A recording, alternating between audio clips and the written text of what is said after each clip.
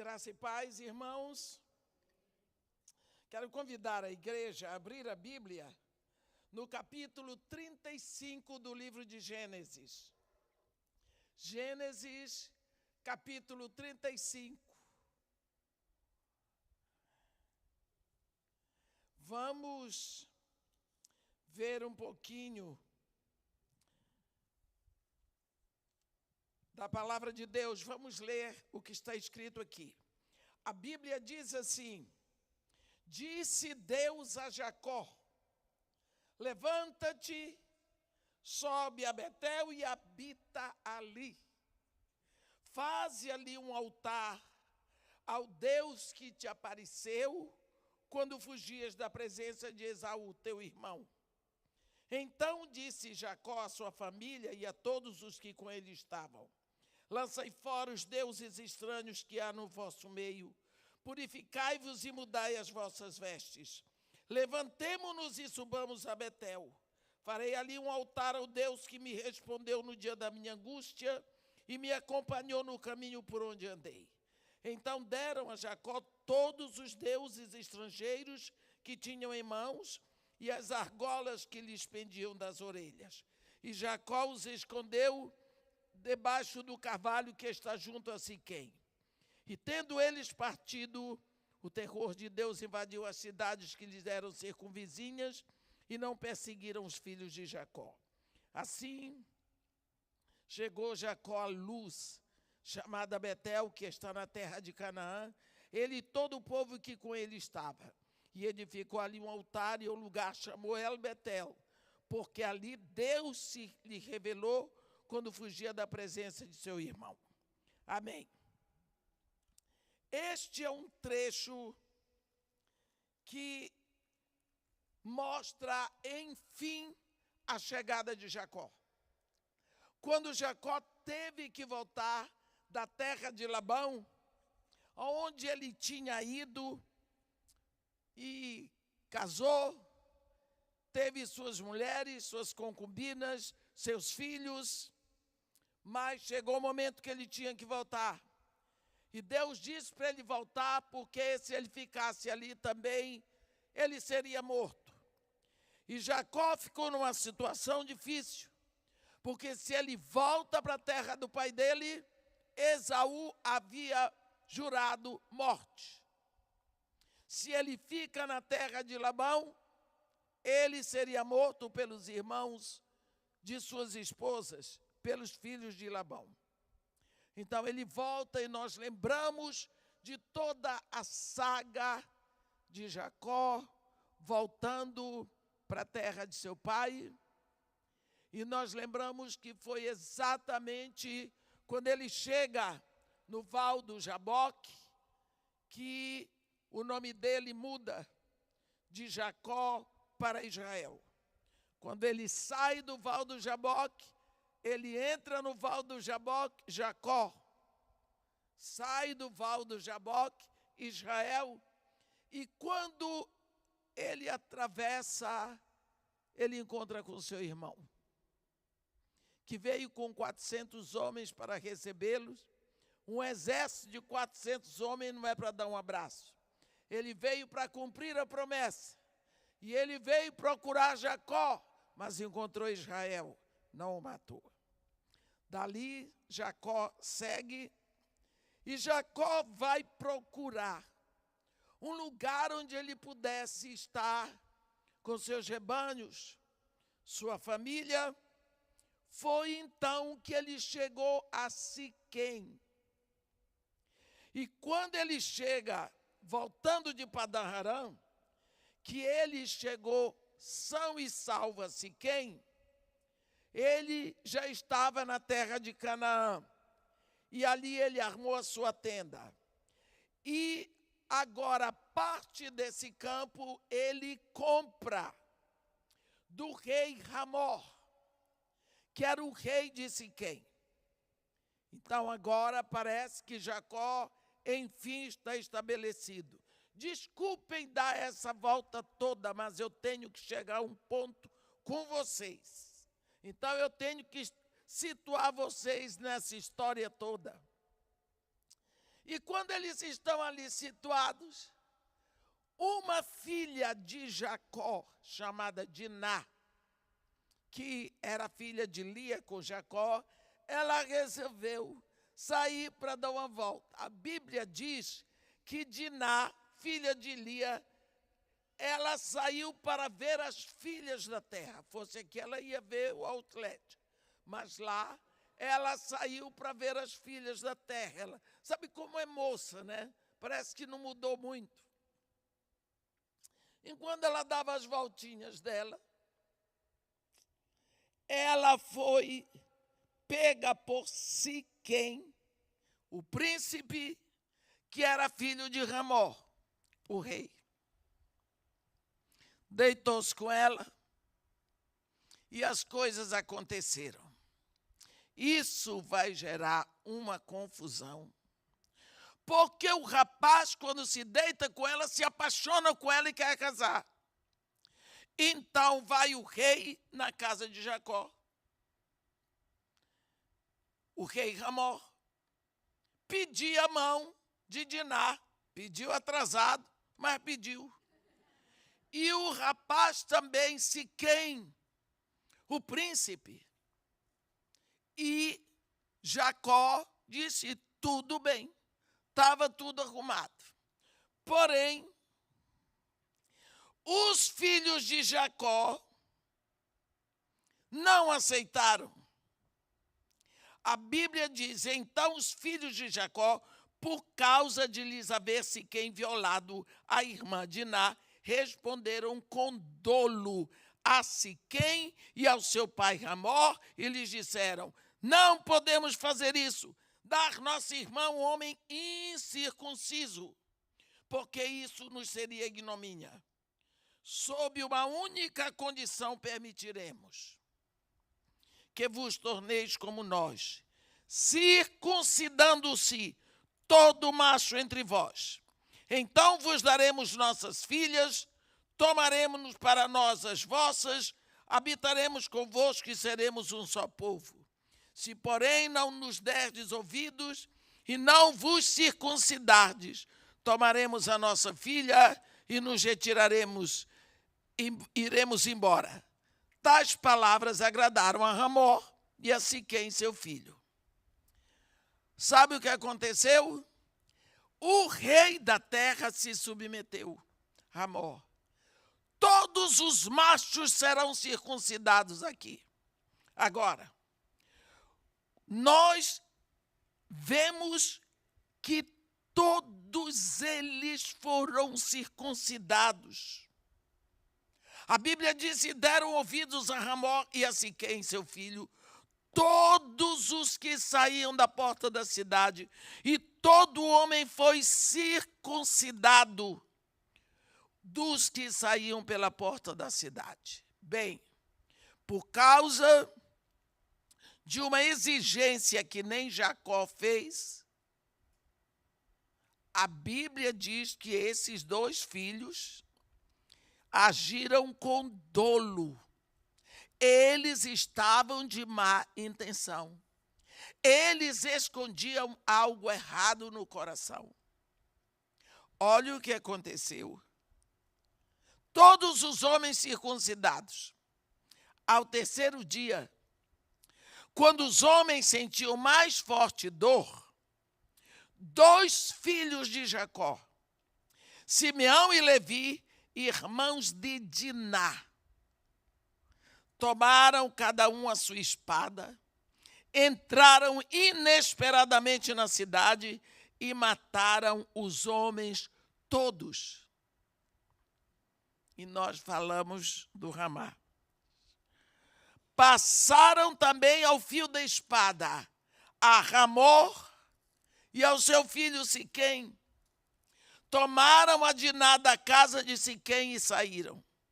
Sobrevieram os filhos de Jacó aos mortos e saquearam a cidade porque sua irmã fora violada.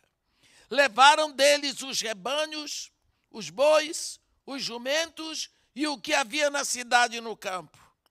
Todos os seus bens e todos os seus meninos e as suas mulheres levaram cativos e pilharam tudo quanto havia nas casas. Então disse Jacó a Simeão e a Levi: vós me afligistes e me fizestes odioso entre os moradores desta terra, entre os cananeus e os ferezeus.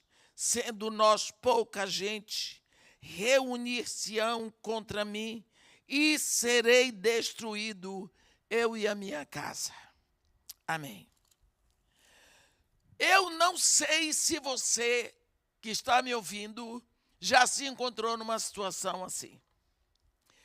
Rodeado de perigo, ameaçado de morte, desonrado, porque você deu uma palavra e não foi cumprida, se sentindo como um traidor, um homem que chega num lugar e seus filhos sujam totalmente seu nome. Um homem que não é mais digno da confiança de todos. Um homem odiado no lugar onde ele está. É assim que o velho Jacó está se sentindo. Logicamente, Jacó orou. Ele não tinha para onde fugir, não tinha como fugir. Ele estava numa situação, talvez a pior de toda a sua vida. E quando ele ora, Deus responde dizendo: sobe a Betel e habita ali, e levanta um altar ao Deus que te apareceu no caminho quando fugias do teu irmão Esaú. O que é que Deus está dizendo a Jacó? Jacó, lembra que um dia você já esteve numa situação assim, numa situação idêntica, numa situação de angústia, perseguido, ameaçado, tendo que deixar tudo para trás e partir sem saber para onde. Lembra que você já esteve assim? E foi nessa situação que você teve o encontro comigo? Lembra onde foi o encontro comigo? Em Betel? Então agora vai a Betel e habita ali. Nós vemos muitas vezes na Bíblia Deus chamar a atenção da nossa memória. Talvez nenhuma das instâncias da nossa alma é tão requerida por Deus como a memória.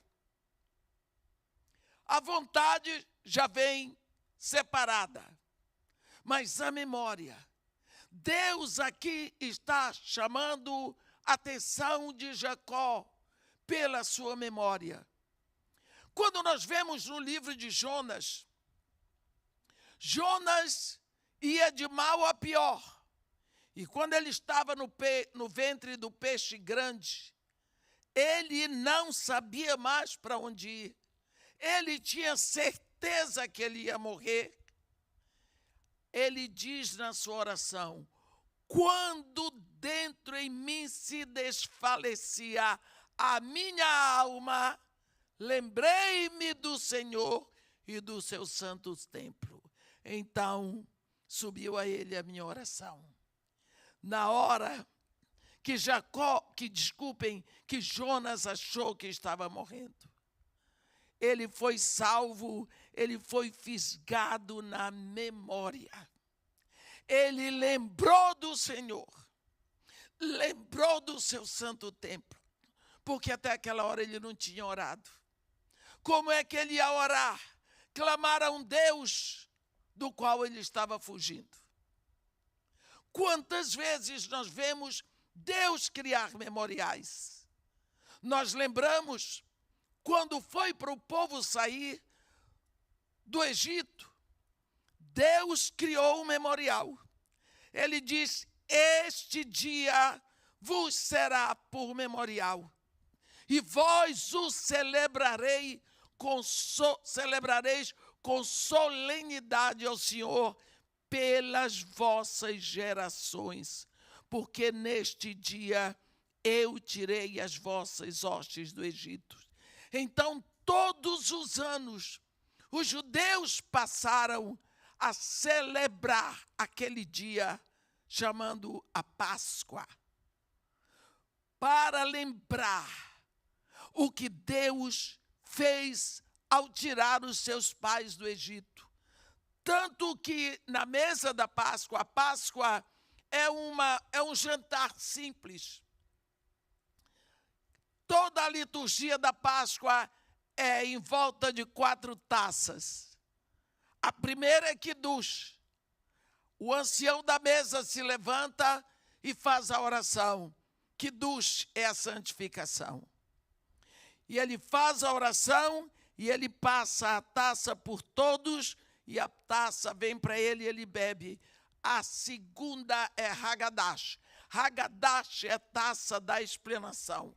Nesta taça, alguém da mesa pergunta, papai ou vovô, não sei, por que esta refeição é separada de todas as outras?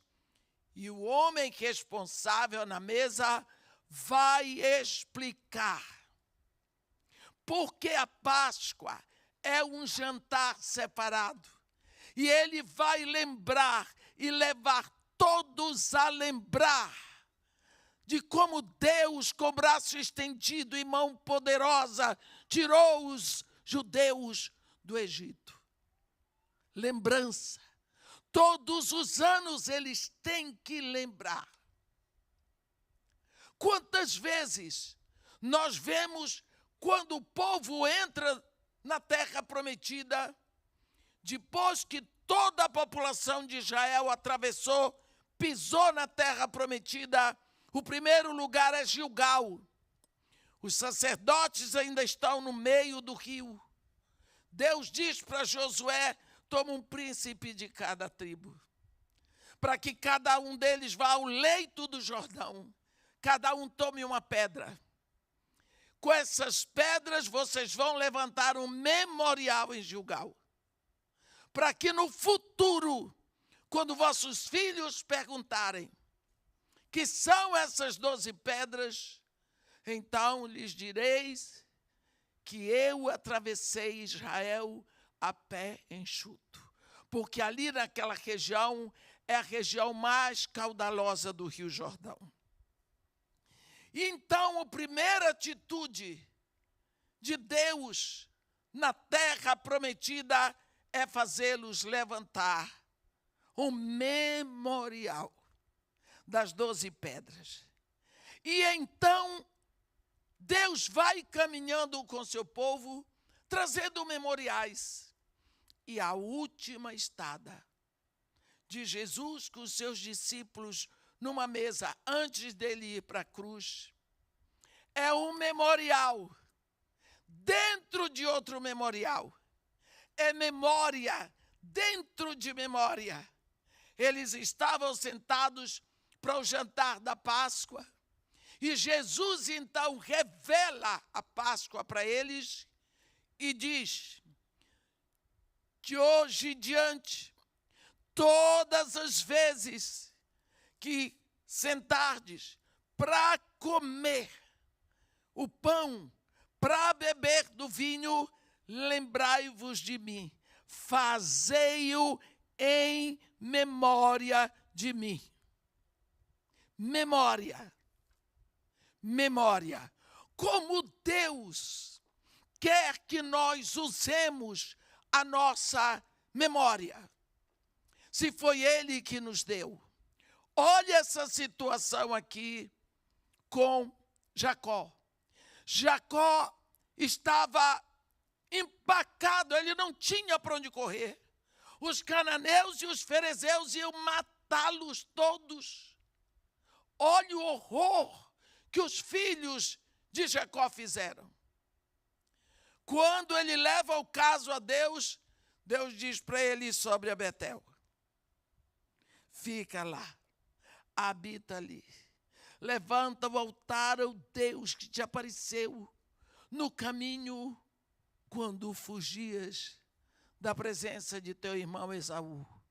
O que foi que Deus disse para Jacó? Jacó, calma, usa a memória, lembra quantos anos atrás. Olha, não dá para contar os anos, mas se nós lembrarmos que ele trabalhou 7 anos para pagar Lia, 7 anos para pagar Raquel, depois mais uns 7 para poder ter alguma coisa para ele, haviam mais de 20 anos que ele teve encontro com Deus em Betel. Quando ele sai da casa do pai dele, ele saiu sob uma ameaça de morte do seu irmão. Quando Esaú disse, virão os dias de luto pelo meu pai, e eu matarei Jacó. O próprio pai e a mãe disseram, Jacó, corre, sai daqui, vai embora para Padan-Aram, para a terra do teu tio Labão, porque Esaú te jurou de morte, ele vai te matar. Meus irmãos, naquela época uma palavra era levada a sério. Se Esaú jurou matar Jacó, ele iria matar Jacó. Até hoje ele está tentando. Vocês lembram quando o povo saiu do Egito? Quando eles atravessaram o Mar Vermelho, primeiro lugar eles chegaram Mara, a água era amarga. Nós lembramos o que aconteceu. Andaram 3 dias, chegaram em Rafidim, não tinha água nem amarga, teve que tirar a água da rocha. Quem foi que veio para exterminar Israel? Quem veio? Quem foi? Amaleque. Quem é Amaleque? Amaleque é o neto de Esaú. Amaleque é filho primogênito de Elifaz, é filho primogênito de Esaú. Está vendo o juramento de morte? Vou matar Jacó. Então, os amalequitas são os descendentes de Esaú. Eles habitavam toda aquela região do Neguebe até a península do Sinai.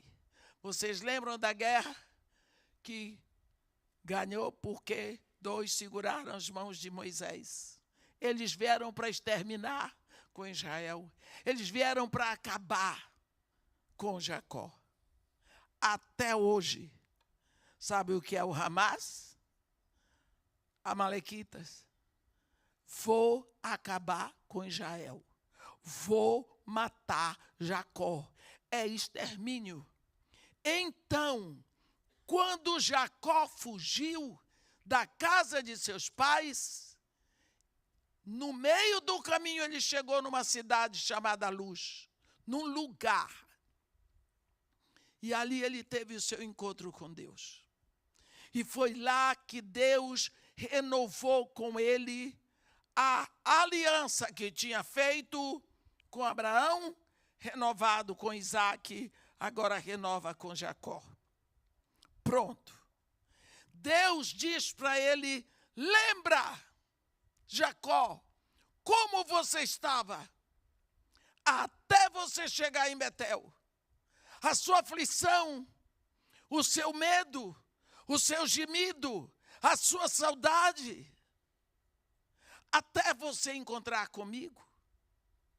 Você se lembra, Jacó, da revelação ali naquele lugar? Você lembra do que você fez ali? Lembra que você levantou um altar? De que você me adorou? Quando você chegou lá, você não me conhecia, você saiu de lá me conhecendo. Você lembra de tudo o que você sentiu naquele lugar? Você lembra o que aquele lugar foi para você a partir daquele momento? Então agora vai para lá. Você aprendeu que tem um lugar onde você pode encontrar comigo. Na aflição que você estiver, você pode sair de lá muito melhor. Às vezes eu fico pensando nessa atitude de Deus que nós não percebemos. Não percebemos. Outro dia eu estava meditando aqui em Deuteronômio e eu vi a atitude de Deus para com Moisés. A Bíblia diz em Deuteronômio 34, quando Deus chama Moisés lá em cima do Monte Nebo, na terra de Moabe, em Pisga, ele manda Moisés subir. Moisés sobe. E quando chega lá em cima, a Bíblia diz que Deus mostrou para Moisés: esta é a terra que, sob juramento, prometi a Abraão, a Isaque e a Jacó, dizendo: à tua descendência darei esta terra. Eu te faço vê-la com os teus próprios olhos, mas para lá não irás. Eu fico pensando nisso porque ali no Monte Nebo, aonde Deus teve essa conversa com Moisés, tem um plato enorme. A gente fica ali, vê, olha todo aquele deserto, mas não consegue ver a cidade de Amã, porque o Monte Nebo fica do lado da Jordânia. De uma hora para outra, Deus diz: toda a terra eu te faço vê-la. Com certeza Deus botou uma lente zoom nos olhos de Moisés, porque toda a terra prometida é todo o Líbano, todo o Iraque, toda a Palestina, 3/4 da Jordânia e metade da Síria. Eu chego ali no Monte Nebo, olho, me esforço, não consigo ver Amã.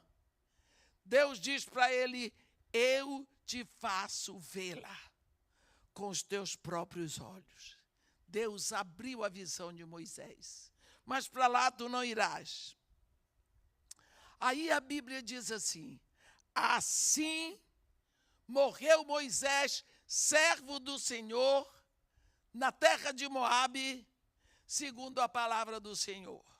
Agora, este o sepultou num vale na terra de Moabe, defronte de Bet-peor.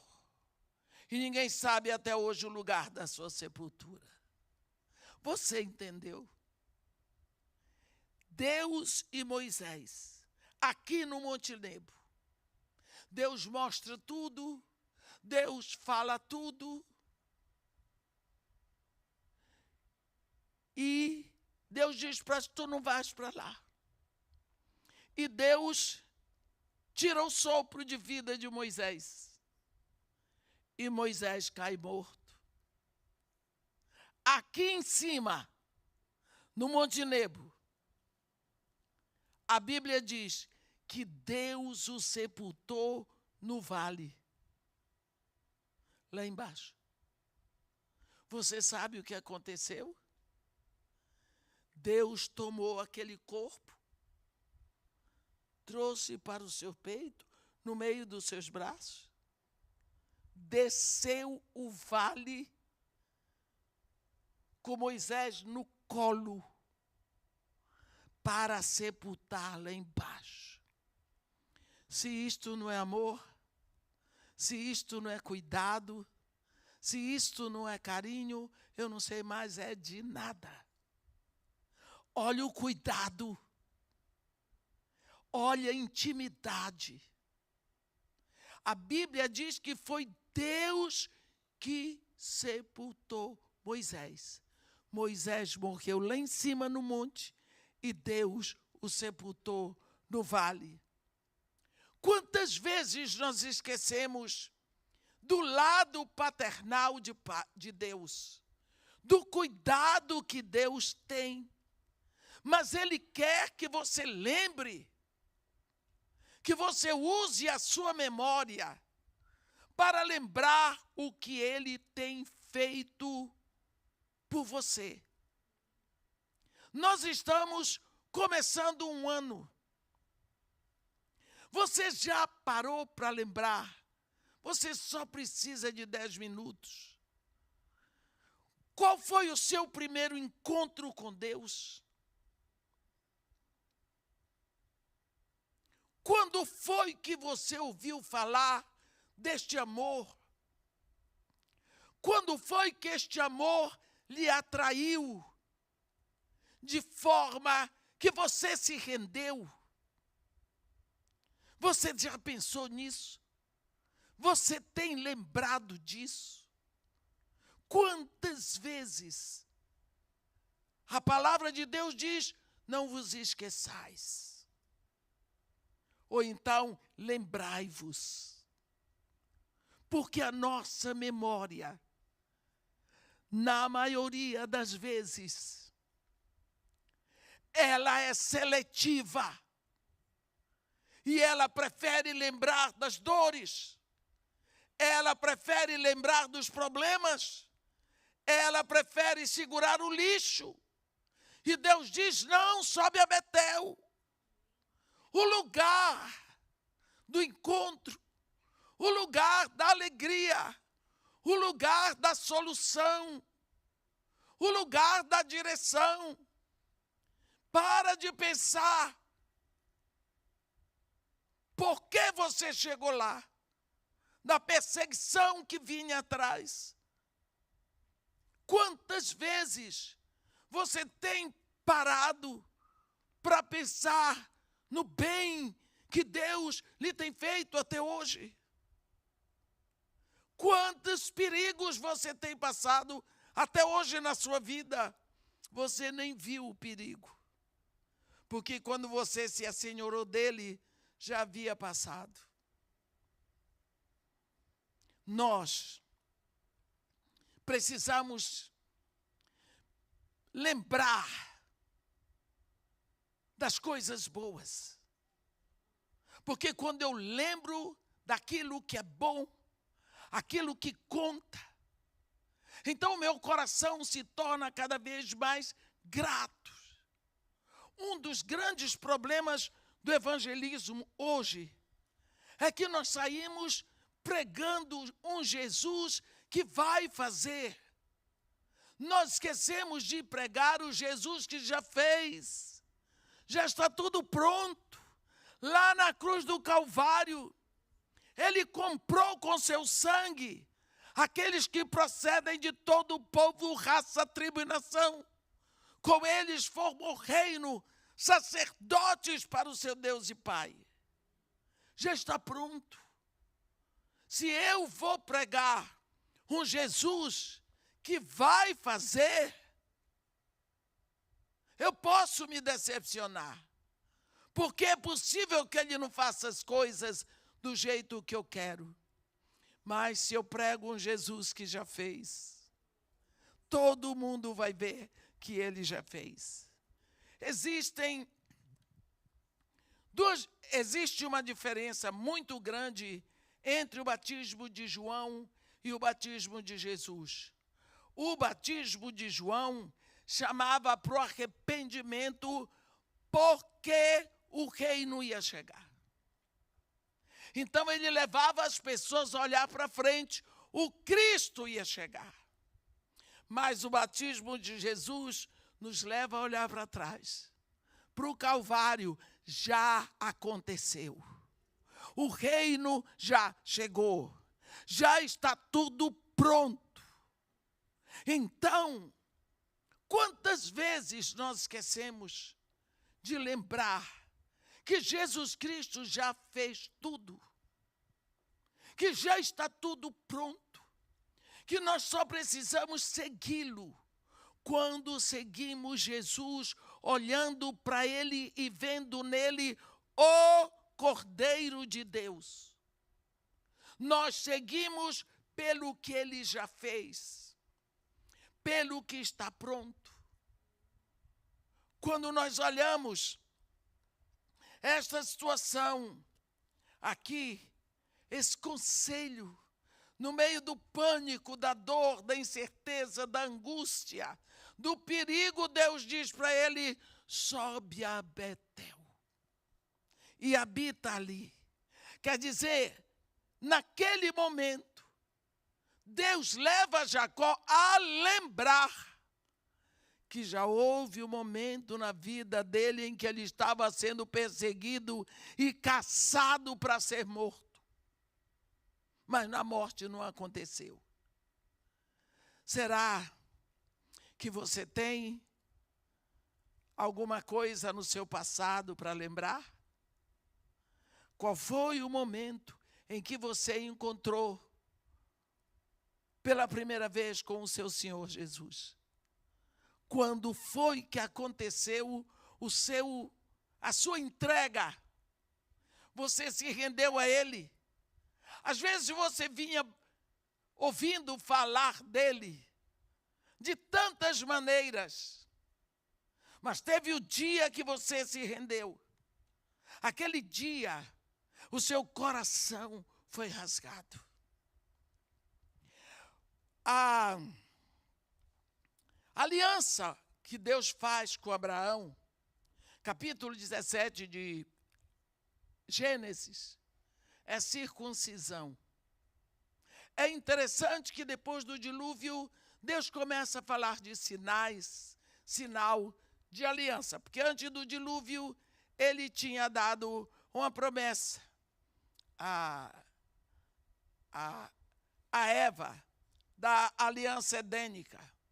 Mas agora, ele começa a falar sinais de aliança. Ele põe um arco nas nuvens e diz para Noé: este é o sinal da aliança entre mim e toda a terra, e todos os homens e toda a criação. Agora ele vai fazer uma aliança com Abraão e ele põe um sinal. Ele diz: todo macho entre vós será circuncidado. Circuncidareis a carne do vosso prepúcio, e será isso por sinal de aliança entre mim e vós pelas vossas gerações. Por quê? Circuncisão. A carne do prepúcio. O prepúcio é uma parte, fica numa parte íntima do homem. Só o homem vê. Estou falando de homem adulto. Mas para que se corte o prepúcio, sai sangue. Sangue. Quando nós olhamos para a Bíblia, nós vamos ver que a palavra de Deus é viva e eficaz. E é mais cortante do que qualquer espada de 2 gumes. Quando você ouve a palavra da verdade, o evangelho da vossa salvação, tendo nele também crido, a Bíblia diz que você foi selado com o Espírito Santo da promessa. O que foi que aconteceu? A palavra de Deus, chega um momento que ela corta o seu coração duro. Porque ela é espada. Ela corta o seu coração duro. E o seu coração, então, se derrama.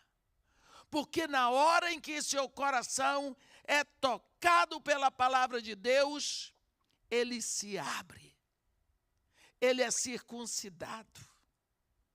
Ele fica pronto para que alguma coisa aconteça ali. Então, todas as vezes que você ouviu muitas coisas quando você era pequena. Eu cresci numa família que eu ia na igreja católica e ia na igreja batista, porque mamãe era católica, papai era protestante. E eu tinha que ir nos dois, porque não tinha outro jeito.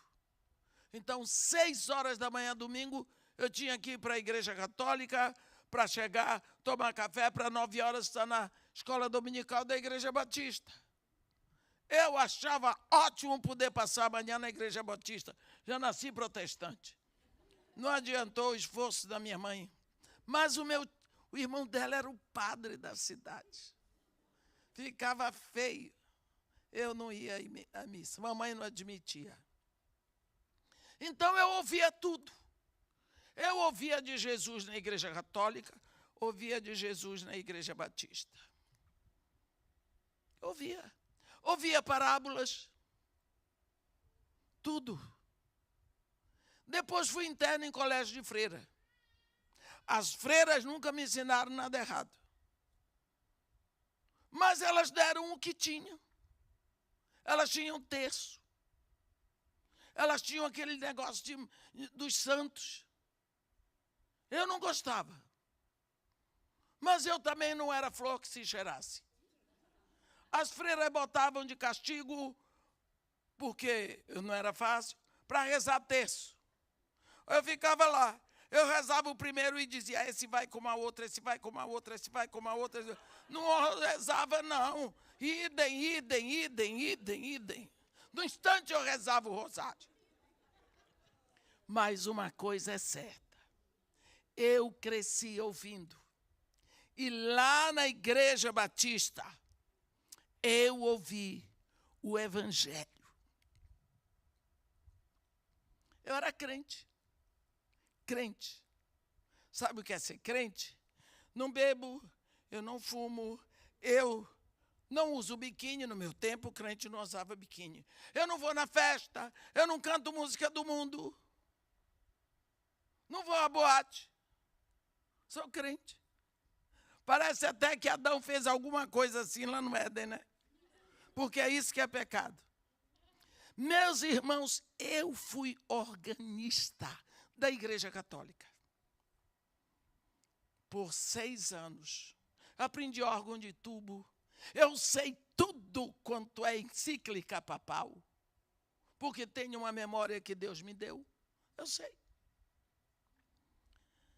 Eu achava que eu era crente. Uma crente bacana. Fui morar no Iraque. Não levei nenhuma Bíblia, não precisava. Eu não lia mesmo. Não levei um inário. Não cantava mesmo. Eu só gostava naquela época de ópera. Eu era chique. Estava com 32 anos. Quando a palavra que eu ouvi, quando eu era pequena, do Salmo primeiro que eu memorizei. The Lord is my shepherd. I shall not be in want. Primeiro salmo. Papai não era brasileiro. O culto era feito em casa em inglês. Então, o primeiro salmo que a gente memoriza é sempre o salmo do pastor.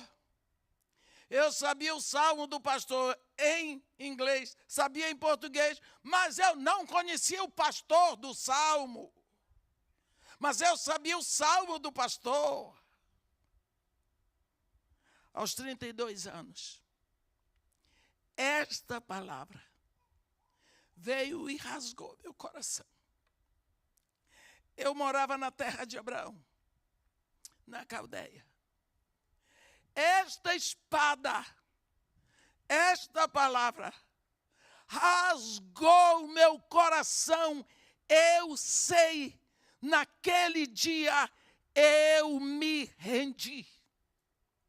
Sozinha na sala. Não tinha um pastor, não tinha um irmão, não tinha uma Bíblia. Eu sozinha e o pastor do salmo. Então eu sei o dia que o meu coração se rasgou. Eu sei o dia em que meu coração foi circuncidado pela espada do Espírito. E quantas vezes eu paro para orar e eu vou lá. Parece que eu estou sentindo o perfume do ambiente naquela sala, sozinha na minha casa. Meus filhos na escola, meu marido no trabalho, e eu ali. E tem horas que eu digo para ele, como que o Senhor me alcançou ali? O Senhor só pode ser louco por mim. E quantas vezes, quando a situação está muito difícil, eu volto lá. Eu aprendi aqui. E lá o meu coração se deleita. Eu tenho as lembranças. Eu tenho a lembrança da oração que eu fiz naquela hora. Se o Senhor, eu me lembro, eu sei que é o Senhor. Se o Senhor me levar para o Brasil de volta, eu vou fazer tudo o que o Senhor quer. Eu disse isso para Jesus. Essa foi a oração. Porque nós tínhamos que ficar 5 anos no Iraque. Meu marido era da Petrobras. E só tinha 3 anos e meio. Isso foi em julho. 22 de setembro começou a guerra Irã-Iraque. No dia 26 fomos para o Kuwait. Do Kuwait, França, Brasil. Primeira aquisição minha, uma Bíblia. Sede, fome, necessidade. Eu necessitava de uma Bíblia que eu não tinha há anos. Nunca senti fome de palavra de Deus. Morto não sente fome, meu. Morto não sente sede. Assim que eu nasci, meu coração foi rasgado. Eu queria uma Bíblia, eu queria aproximação, eu queria intimidade, eu queria a palavra. Até hoje. E espero ficar assim até morrer. Intimidade. Deus nos quer. Ele diz para Jacó, sobe a Betel e habita. Habita no lugar do encontro. Habitar é morar, fazer ali o seu domicílio e não sair dali. Habita comigo. Quantas vezes Jesus Cristo diz, permanecei em mim, permanecei no meu amor, permanentemente. Ele diz, sobe a Betel e habita ali. E levanta um altar, começa a adorar.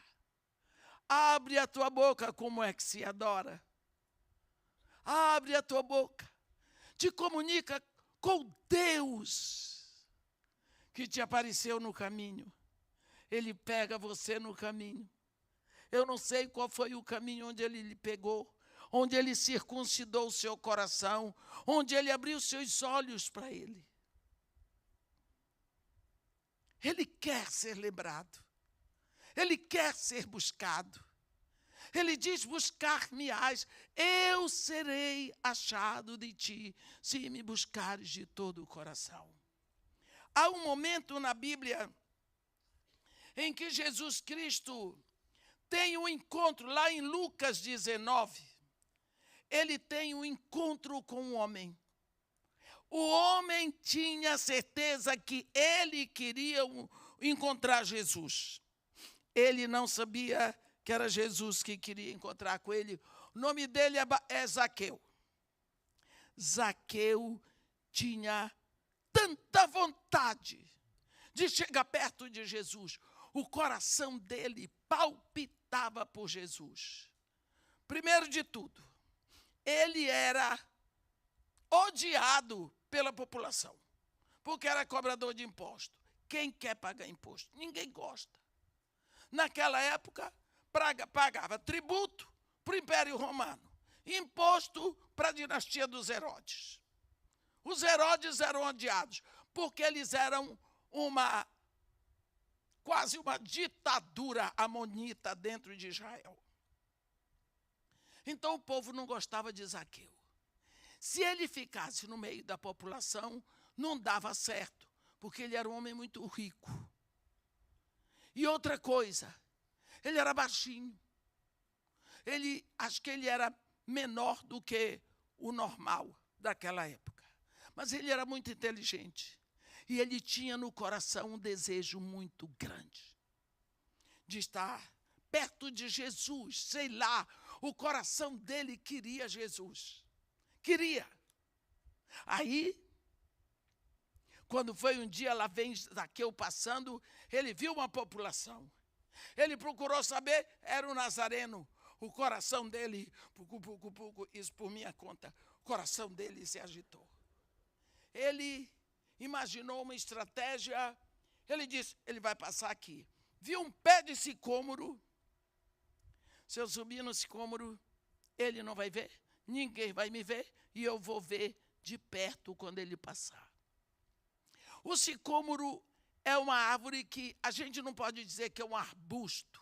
É uma árvore, mas ela não é muito alta. É mais do que um arbusto, mas menor do que talvez um pé de mangueira, uma mangueira. E os galhos dela, eles crescem assim. Então a rama dela é muito fechada. Ele subiu, ficou lá, esperando, pois deu certinho. Jesus tomou aquele caminho e eu não sei, mas eu acho que isso aconteceu de dia. Devia estar o sol quente. Não tinha asfalto, era o poeirão. Todo mundo se impressando para chegar perto de Jesus. Não havia uns desodorantes de hoje. E Jesus no meio daquele povão. E aí, quando Jesus viu uma sombra, Zaqueu estava certo. Ele foi para debaixo da sombra. Chegou aqui, Zaqueu aqui em cima. Viu como eu sou inteligente, sabia que o Nazareno ia passar aqui. Olha eu aqui perto dele, tanto que eu queria. Olha eu aqui. Daqui a pouco Jesus diz, Zaqueu, desce daí depressa. Porque a mim me convém ficar na tua casa. Eu sempre que medito nessa parte da Escritura, eu fico pensando, como é que Zaqueu não caiu na cabeça do mestre? Porque se fosse eu, despencava. Eu queria ver a cara de Zaqueu descendo. Eu já fiz de tudo para ver a cara dele. Baixinho, perna curta, cheio daquelas roupas que eles tinham. E pisa aqui, pisa ali, todo mundo olhando. E Jesus esperando. Olha a palavra de Jesus. A mim me convém ficar na tua casa. Tua casa. O que é que Jesus estava dizendo para Zaqueu? Você pensou que estava me buscando, não é, Zaqueu? Zaqueu, sou eu que estou te buscando. Sou eu que estou te atraindo, porque eu te amei primeiro. Eu quero entrar na tua casa. Eu quero entrar no teu coração. Sou eu que quero, Zaqueu. Está vendo? Quando Jesus entra na casa de Zaqueu, Zaqueuzinho disse logo, eu decido dar metade dos meus bens para os pobres. E se de alguma coisa defraudei alguém, eu restituo 10 vezes mais. Olhe bem. Antes que Zaqueu pensasse, Jesus já estava atrás dele. Quando nós pensamos em coisas assim, será que Deus não está criando situações para você? Para você, de uma vez por todas, se render ao amor dele. Será que você, este ano, já agradeceu a Deus pelo oxigênio que Ele está dando para você de graça, para você respirar desde que você nasceu? Você não paga nada. No dia em que você nasceu, Deus abriu o balão de oxigênio para você e ainda não fechou. Alguma vez você já pensou nisso? Alguma vez você já pensou qual foi a primeira vez que você ouviu falar do amor de Deus? Porque às vezes você não pensa. Às vezes não falaram para você do amor de Deus. Eu me lembro de uma vez que eu estava no lixão, falando com uma mulher do lixão, que quando eu cheguei lá, ela xingava os urubus, um palavrão atrás do outro. Eu nunca vi tanto palavrão de um atrás do outro, parece que ela tinha ensaiado. Eu perguntei para a Hilda, não adianta você xingar os urubus, porque você xinga os urubus, eles não entendem o que você diz. Você queria que eles entendessem? Eu queria sim. Eu disse, só tem um jeito. Como? Você vira urubu. E aí você vai xingar os urubus, com bico de urubu, na linguagem do urubu. Você vai ser urubu. Ela olhou para mim como quem diz, essa é doida. Eu disse para ela, eu conheço alguém que fez isso. Virou urubu? Eu disse, não. Um pouco pior, virou homem. Como? Aí eu introduzi o assunto. Eu dei uma de Paulo no Areópago. Comecei a falar do Deus Criador, das coisas que ela conhecia, porque uma mulher que vive no lixão. Comecei a falar das folhas, das flores, do sol, da noite, do dia, da chuva, do ar. E eu fui falando e ela foi prestando atenção. Eu disse, pois é, Deus que criou isso tudo, Ele criou para nós. E em cada coisa que Ele criou, Ele estava dizendo, viu como eu te amo? Eu te dou sol para aquecer. Eu te dou a lua para iluminar a noite. Eu te dou a chuva para lavar o ambiente onde você está. Eu dou água para você beber. Sou eu que fiz a água. Aí eu fui falando. Mas acontece que ninguém entendia a Deus. Apesar dele estar falando do amor dele. Aí um dia ele virou homem. Ele se vestiu de homem. Jesus Cristo é Deus num corpo de homem. Sabe o que foi que ela me disse? É isso que é Jesus Cristo? Ela já tinha ouvido falar. Ela já tinha falado. Eu disse, é isso que é Jesus Cristo. É Deus vestido de homem, que vem para falar conosco na nossa linguagem, para ser visível, para ser palpável. E aí, Ele entrega a vida lá na cruz, para todos nós que aceitamos podermos habitar com Ele em toda a eternidade.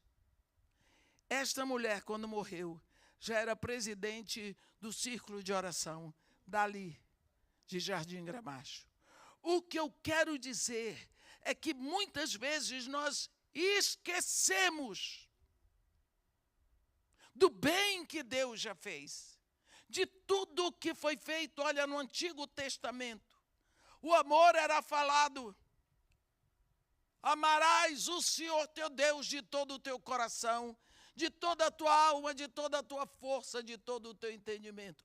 Mas no Novo Testamento, o amor é visto, porque o amor é exposto numa cruz, entre os céus e a terra, para que todos testemunhem.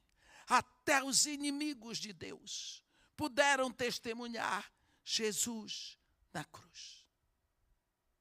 Então, meus irmãos, nós precisamos acordar Porque o segundo mandamento é o mandamento da gratidão.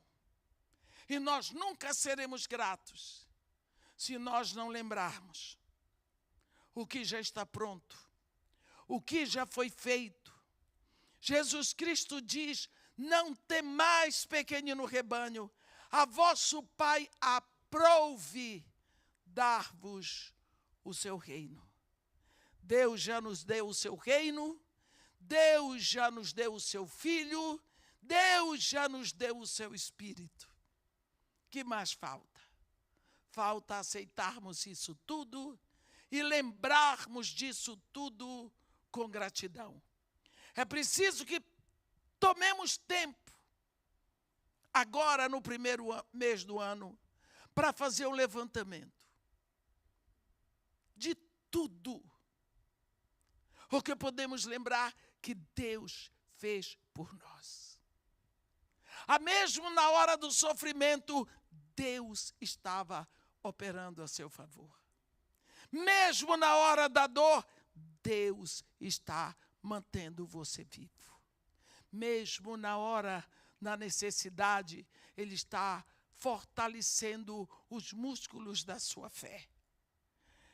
Sobe a Betel, habita ali.